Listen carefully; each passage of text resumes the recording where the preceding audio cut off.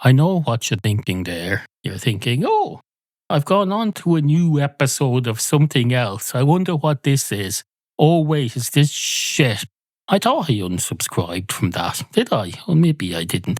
Or maybe I thought it automatically unsubscribed me because I left it there for weeks and didn't listen. Well, I probably did. This is probably one of the old episodes that it's kept. Or else you just, I don't know, it's just popped up somewhere like that thing. I have that happen to me a lot. I go and listen to my own podcast lately on Spotify just to see what it's like. And every time I finish it puts up some other podcast after it that I'm not subscribed to, not remotely interested in.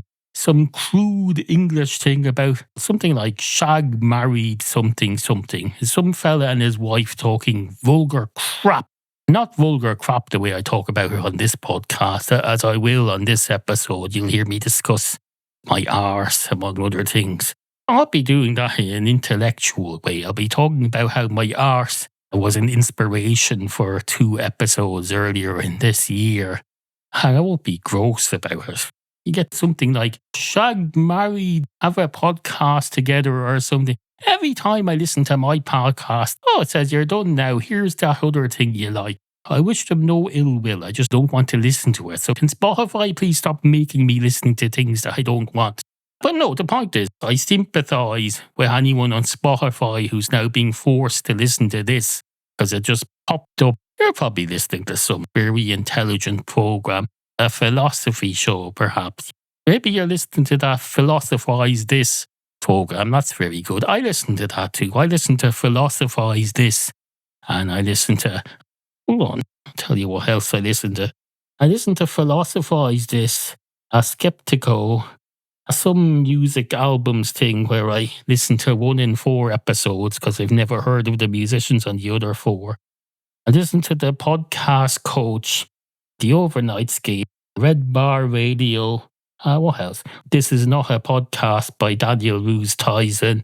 I listen to Security Now. I listen to Static Radio, the Overnightscape Underground, Rubenerd Show occasionally, because he makes a show occasionally. He put one out last October and I listened to it last week because he put out his next show last week. So I thought, oh, good. I can listen to the previous one now because now I know there's another one after it. And then I listened to The Infinite Monkey Cage. So that's what I listen to.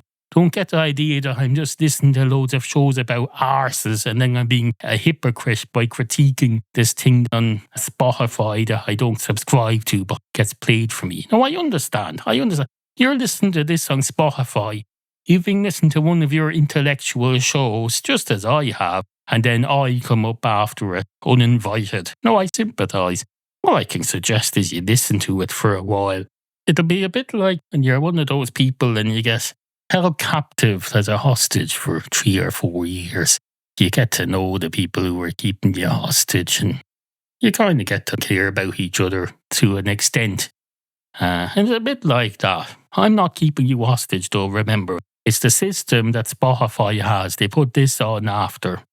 And it's not my fault. I haven't paid for anything on there to advertise this or shove it into your face. In fact, now that I think about it, maybe I'm not being shoved into your face at all. Maybe that couple who does the shag married, whoever the hell it was, maybe they paid to have that shoved in my face. Well, they're wasting their money if that's the case. I hope they know. Someone needs to better advise them.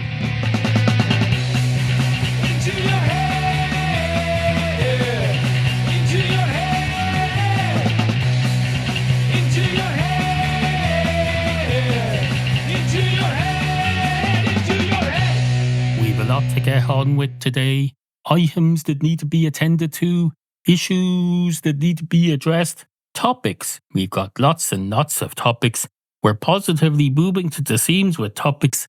We've got topics coming out of this flashlight. I've got a flashlight here. It's tied to my desk here. There is a reason for that, because I don't want to mislay it. I want to be able to find it when I need it, because I don't keep it in my pocket, and therefore it's not a pocket torch. That's just a label the branding people put on it, because it's an indicator of its size and the way some people might use it. But no, I have a bit of an imagination and I don't use everything the exact same way the branding experts tell me to.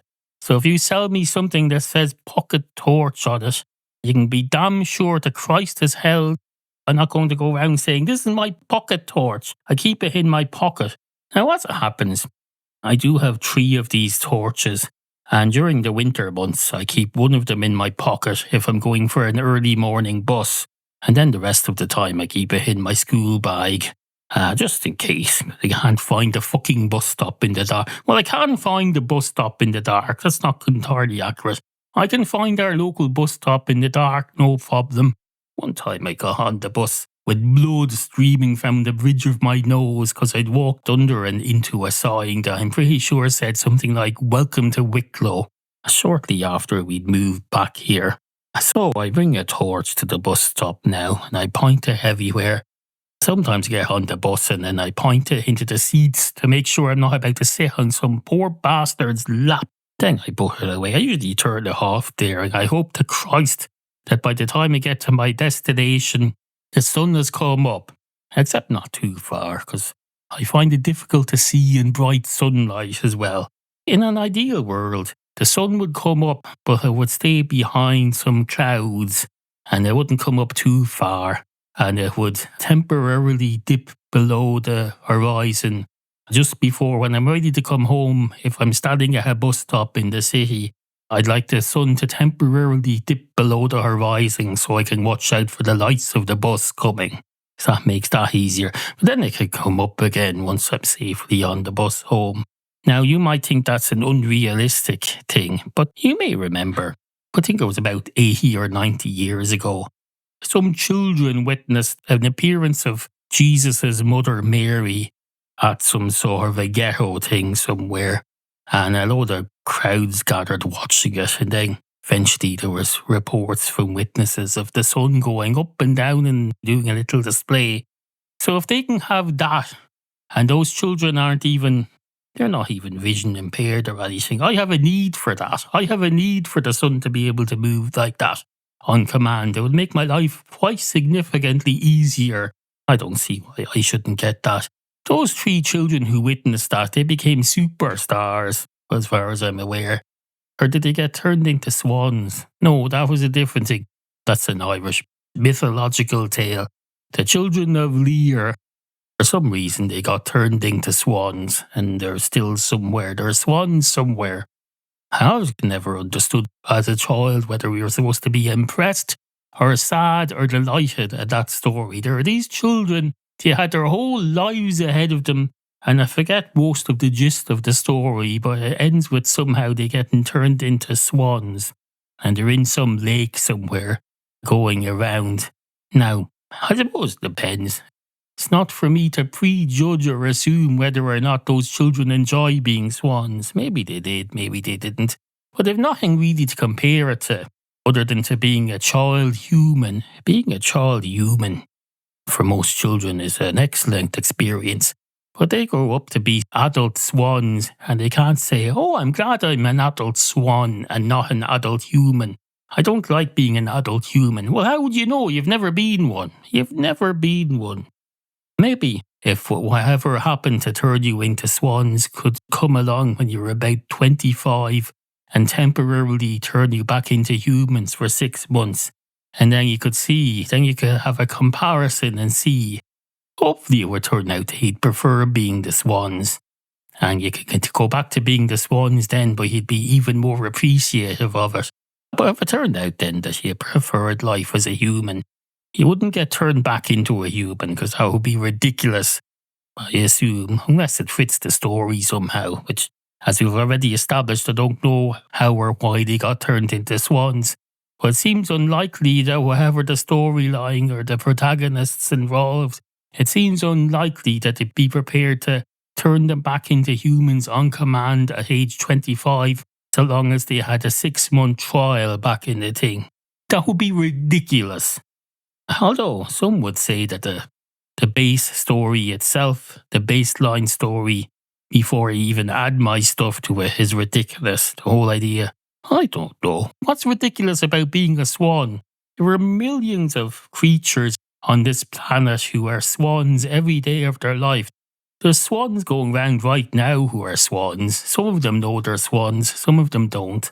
Some of them might be faintly aware that there's an alternative life as a human that can be lived, except they're probably not aware that it's available for them to switch over to it, because it isn't. It's not available to them. And how can it be available to them if they don't even know to look for it? Maybe it is. Maybe it's possible for swans, if they just know how to do it, to switch over to being humans, and it's just that they've never been educated in that thing. They say most human beings are psychic in some way. They just don't know. They just don't know. Well, I suppose that's possible. It's also possible for someone to lift up a car with their bare hands and hold it up above their heads and shoulders. Doesn't mean you're going to do it. Doesn't mean you're going to do it at all. Why would that mean you're going to do it? It wouldn't. That's the thing. I think I've lost my track here. Anyway, we've got topics coming out of... I don't know. Topics coming out of my arse. I think I've said that before. I said that a few months ago. I said topics coming out of my arse. And then I elaborated a bit. I think the next week I spoke about how I regretted elaborating a bit. So let's not do that again. There doesn't always have to be a thing where it goes, I've got topics coming out of, and say the first thing I see. Now, back on that particular episode, I didn't look around and see my arse and go, oh, topics coming out of my arse. No, I looked around. I couldn't find inspiration. I usually find some object or something around me that inspires me to get going. But no, I looked around that day. I said, topic's coming out of this arse. Now, did I give the impression that I found an arse on the desk beside me and I picked it up and said, oh, this will do, this arse? No, that's not what happened at all that time. I said, topic's coming out of this arse. I hadn't just found an arse. I knew there was an arse here. I knew I was sitting on an arse because I was relatively comfortable at the time. As I am now, I'm relatively comfortable now. I'm bolt upright on an old antique chair with my mouth crammed into this microphone thing.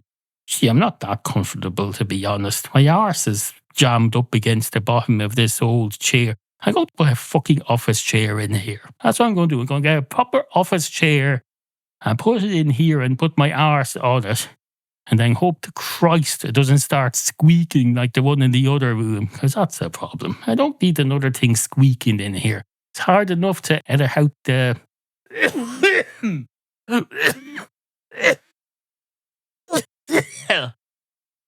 Yeah, like that cough, for example. Did you hear that cough? You probably didn't, because I edited it out.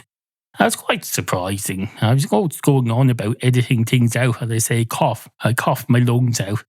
That's the first time I've coughed my lungs out in several weeks on this program. That's it. I think possibly it's because I've been spraying Febreze everywhere. One of my kittens had an accident last night and managed to accidentally shit into both my shoes and my wife's shoes at opposite sides of the bed.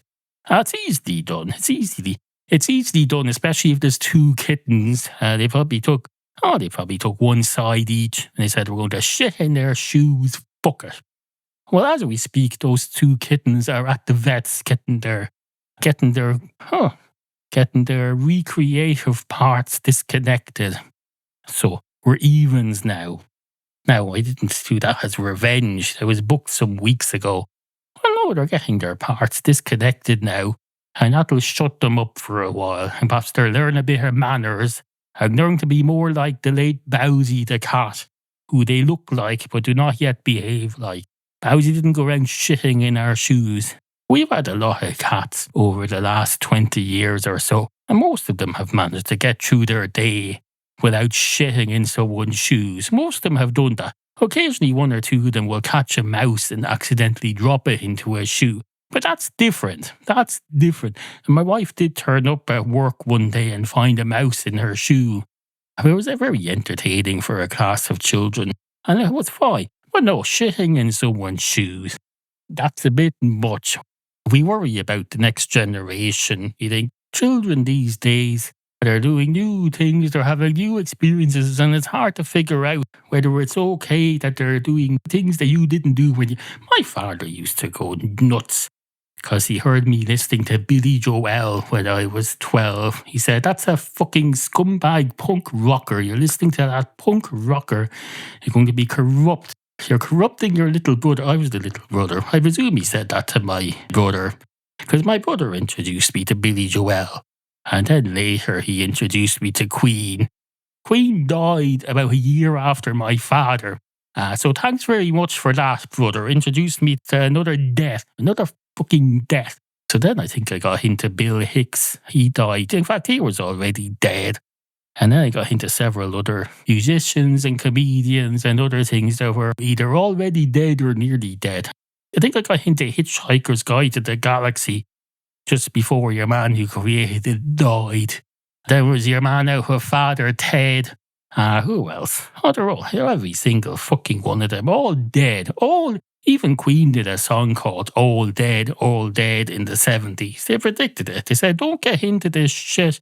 We'll all be dead soon. But I didn't listen. No. I spent a year going round second-hand record shops getting my hands on every single Queen tape I could until I had every Queen studio album on second-hand cassette tape. And then Freddie Mercury decided to drop dead and not tell anyone. He said, I'm going to drop dead. I'm going to leave them guessing. I'll be wandering around outside an AIDS clinic and I'll drop dead. And it'll be obvious that it wasn't from AIDS. It was from, I probably had a cold or something. Like Jim Henson. Remember Jim Henson? He dropped dead too. I think he got something and then he said, I can't have a blood transfusion because it's against my religion. So I'm going to die instead. That's what I'm going to do. I'm going to die instead because fuck this shit. Fuck this. It's not like I have children. They're not real. They're just fucking puppets. Puppets aren't children. I don't have children. Well, I don't have children either. But I have cats. I wouldn't just go and drop dead just because God said I can't have a blood transfusion. Fuck that shit. Although I respect your right to do so. Each to their own. Each to their own. But at least make arrangements for your kittens and your cats if you go to do that. Even if they're shitting everywhere. They're your responsibility. So go make sure you have like Disney did. There was Walt Disney, the fellow who did all the drawing and he made all the mouses and things. And then there was Roy Disney. He was the bookkeeper. I think he's still there, is he? Or he wasn't until quite recently. He was the chief bookkeeper at Disney Inc. He said, I'm going to... Oh, he didn't say anything. He just got on with it. Not everyone has to say something, especially if you're in the accounts office. You don't have to go around saying things. Walt Disney had that television program that he presented for a long time.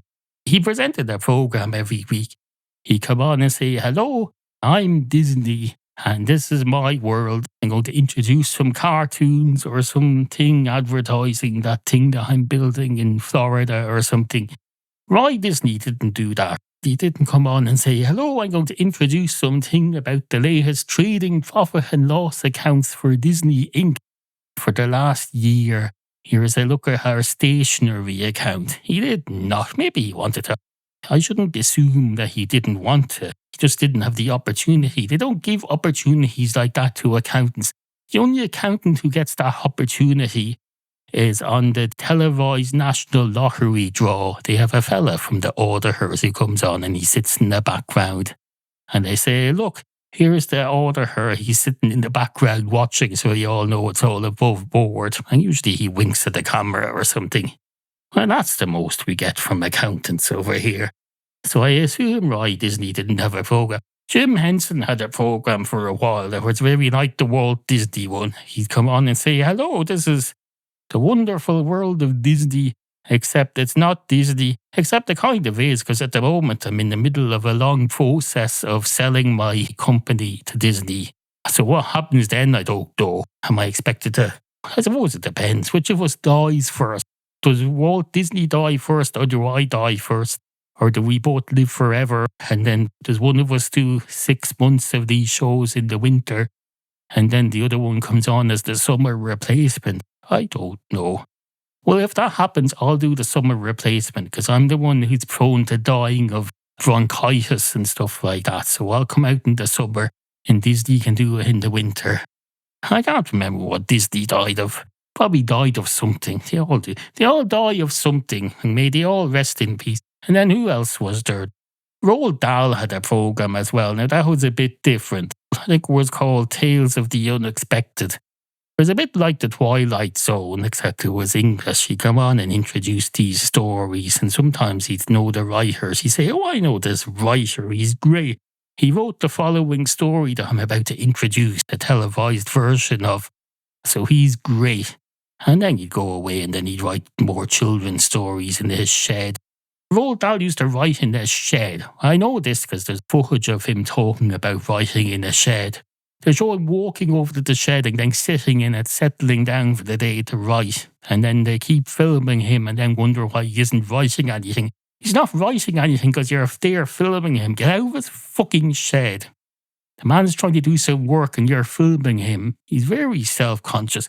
Previous generations, they weren't used to being influencers and being filmed everywhere and tweeting everything and being on Instagram and TikTok. So they're very self-conscious. When someone came over to their shed to film them writing the sequel to Charlie and the Great Glass Elevator or something, they didn't go, "Oh, look, I'm going to be a TV star. Film me now." They didn't. They were modest. They said, "Oh, Christ, I'm on television." But they also thought television is sacred. So you have to look serious. I have to look serious at the camera and be respectful. Because in those days, television was taken very seriously. If you were watching the news one night, the main evening news at 9 o'clock, and there was a fella standing in front of government buildings doing his report, and some kid came up behind him and started waving at the camera or pulling faces, people would say that's an absolute fucking disgrace. Arrest that child. Put him in the house of detention. Paul Simon had a song. He went, "Something, something, something, something, going to put him in the house of detention."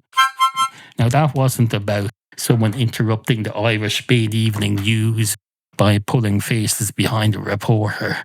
But you get the idea. You get the idea. I've been listening to a lot of Paul Simon lately. He has this song. It was against the law. It was against the law. What the mama saw. It was against the law. He didn't stipulate whether it was against the law for his mama to see it. Just what she saw was against the law. Who decided that? Who judged that? I don't know. Could probably determine it by listening to the lyrics. They're quite extensive. It is, after all, sort of a ballad. But no, I prefer to just listen because I like the tunes and the melodies. I like the tunes and the melodies of Paul Simon's songs lately. They're very nice. I suppose the words are quite good too, but that's a bonus. If I want to just listen to words, I go and become a Bob Dylan fan. I'd say, "Hello, give me 8 verses about Christ knows what, but just give me all the words. Give me all the words you have. Line them up in a row and say them very fast. So it gets the song done and dusted in about 9 minutes, even though there's 12 verses, and then do a bit of harmonica in the middle." If I wanted that, I'd go listen to Bob Dylan. I wouldn't just go up to Paul Simon and say, "Please just put more words in your songs. I want more words, less melodies." No. And the words he uses are probably perfectly adequate anyway. Some of them are very good, I believe. Some of them are very good, I believe. He's considered one of the better songwriters I'm given to understand. Did he write that one about the bridge? I think he did. Well, it's not about a bridge. He's saying he's like a bridge. He's not claiming to be an actual bridge. He's claiming to be a substitute for a bridge. He's saying, "That's a bridge. I'm not a bridge. I'm not a piece of public engineering infrastructure. But I'll be more effective than that. Just not in the sense of, I don't want you to drive over me." That's what I'm saying. But I want to be of use to you. To be of use to you in some way that I consider possibly to be more valuable than being a piece of tarmac that you drive over in order to not fall into some canyon somewhere. Because apparently Paul Simon doesn't put much value on that. He thinks falling into a canyon somewhere, people do that every second minute. You can build a bridge and get over it. I do something more valuable. I offer a metaphorical bridge over troubled water. A normal bridge just goes over water and doesn't care whether it's troubled or not. It just goes over it. Actually, that would be better. if you have a bridge that just goes over the water, regardless of whether it's troubled or not, have it going up so high and have the traffic going so fast, you don't even notice whether the water is troubled or not. You just never notice the water at all and not be traumatized. Troubled water is bad. That's what the word trouble means. It's bad. You don't want to be exposed to it at all. For it'd be even better would be if you wanted to be a viaduct that's up so high, possibly a high-speed train, one of those night trains where there's curtains and it goes over the bridge at night so you don't have to notice the water at all. That would be of more value, I would argue. But then what do I know? I don't know anything. I don't know anything. Neither does Roald Dahl. Roald Dahl there, he's sitting there in his shed. He's going, oh, these fuckers are filming me. What do I do now? They're going to ask me stuff. Oh, that's what they did. They showed him quietly setting up his stall, setting up his desk.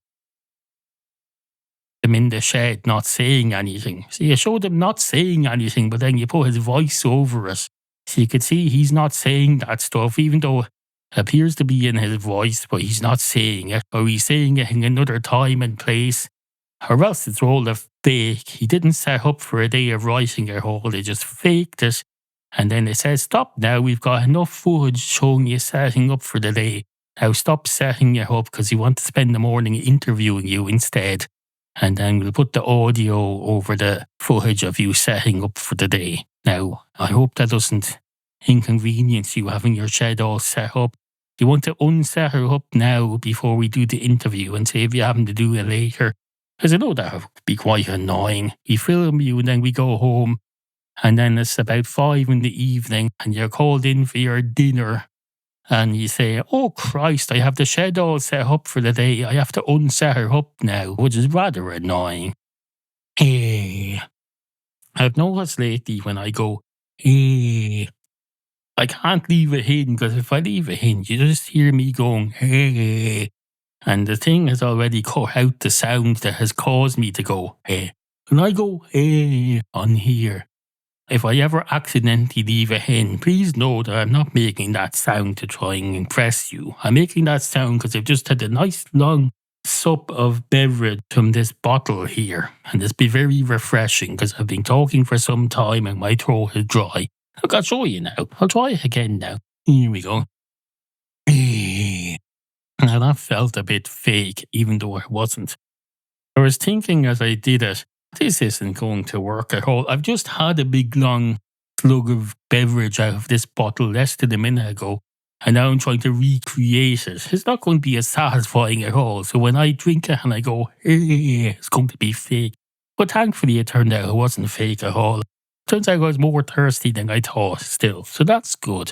The only problem is, the way I have this thing set up now is that it cuts out various noises automatically.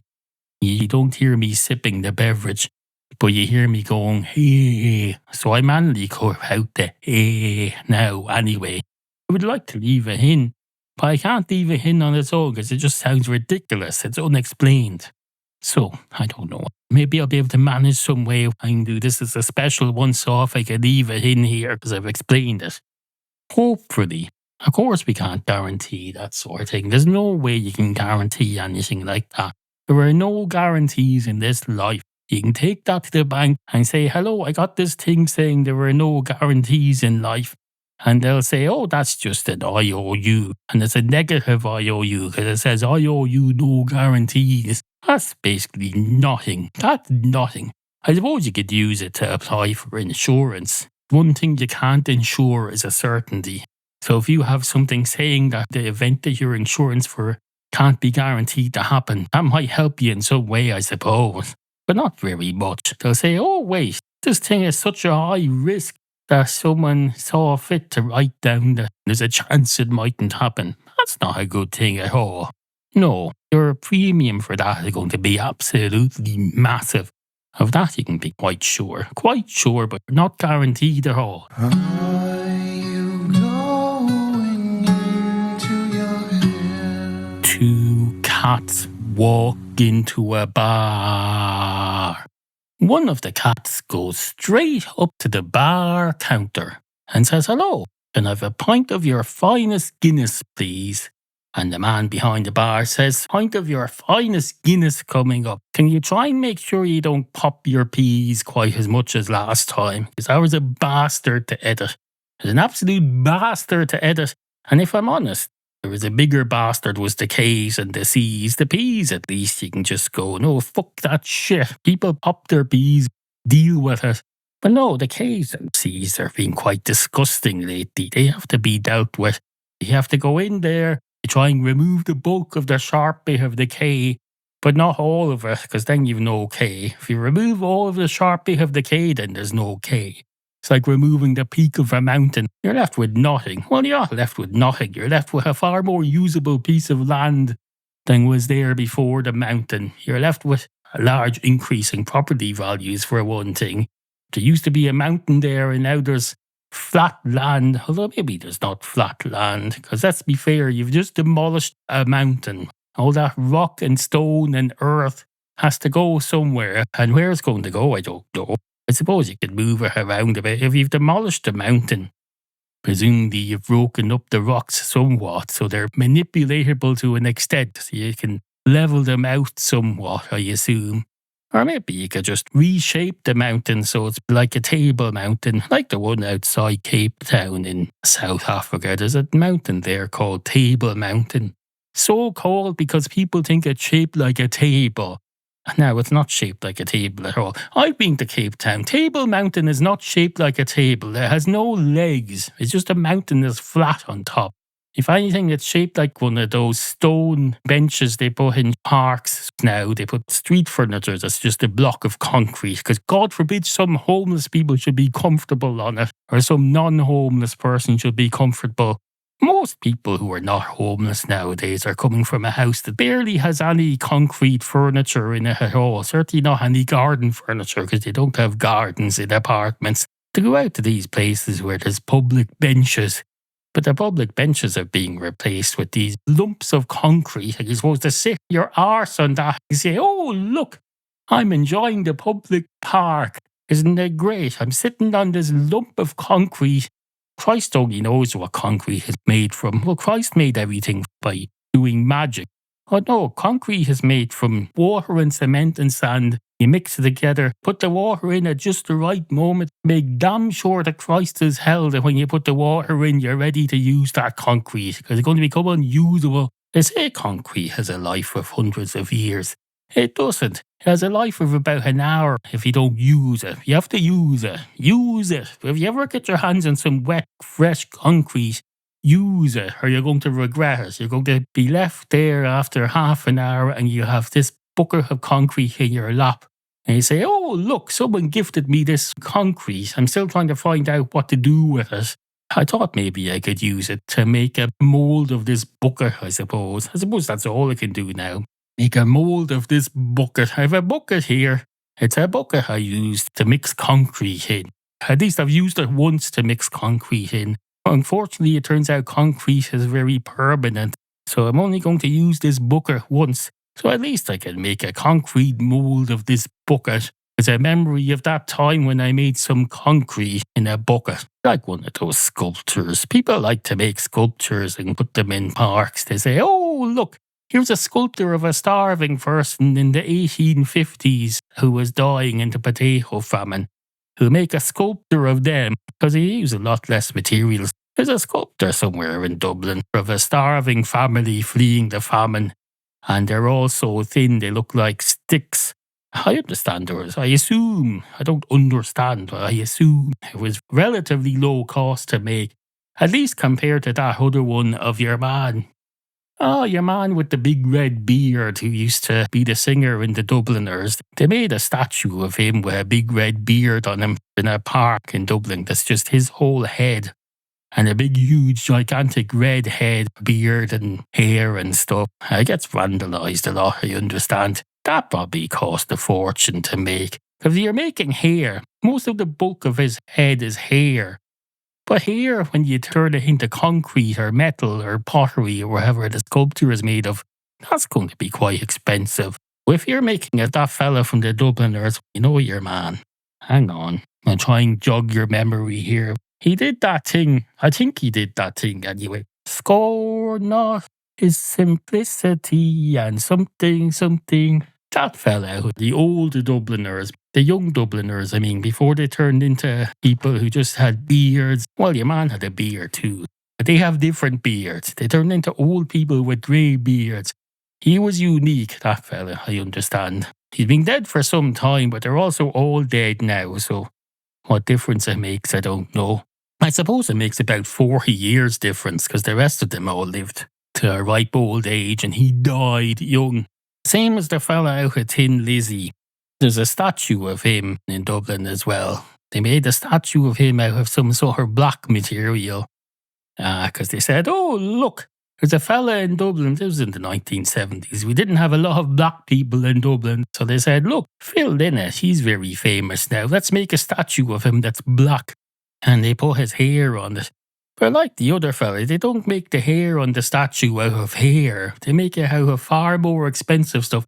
The statue of the hair is made out of the same stuff as the flesh of the statue, so to speak. It's made out of whatever the rest of the statue is made out of. They don't go saying, oh, look, this part of him is just hair. Now, I know the hair was a big part of his character, so we should make it out of the same stuff as the rest of him.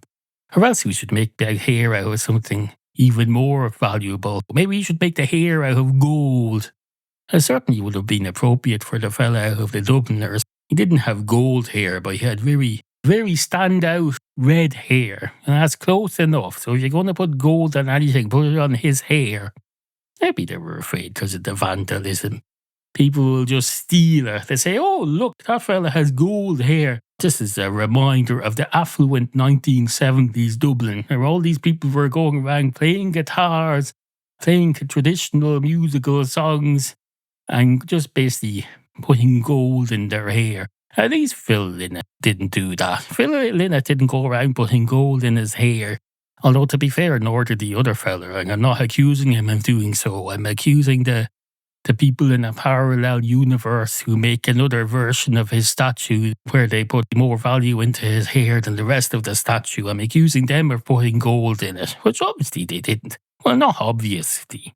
It's obviously that their counterparts in this universe didn't do that. I've no way of knowing whether there could be millions of other statues of him in parallel universes that are all made of gold or of things even more valuable and obscenely wasteful than gold.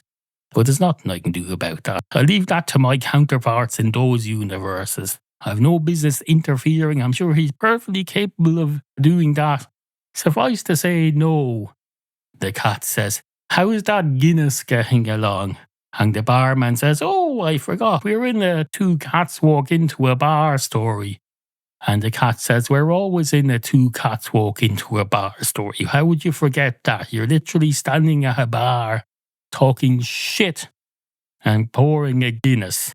And the man behind the bar says, well, that answers your question as to how the Guinness is going. I'm pouring it. And the cat says, are you on the initial pouring or the stage where you come back after 3 hours and pour the rest of the head? And barman says, that's a good question. How long have we been here? And the cat says, we've been here about... Well, it really depends on what we edit this down to. We've been here at least 11 minutes, but a lot of this will probably end up being cut out, especially the thing about the beards and the statues and all that tripe. I think that's what I meant when I asked, what in the name of Christ are you talking about? Did I ask that? I can't remember now. I've been asking a lot lately, so let's assume I did ask it. And if we didn't, let's just say I'm asking it now. I'm saying, what in the name of Christ are you talking about? And the barman says, this is the end of the programme. Good morning.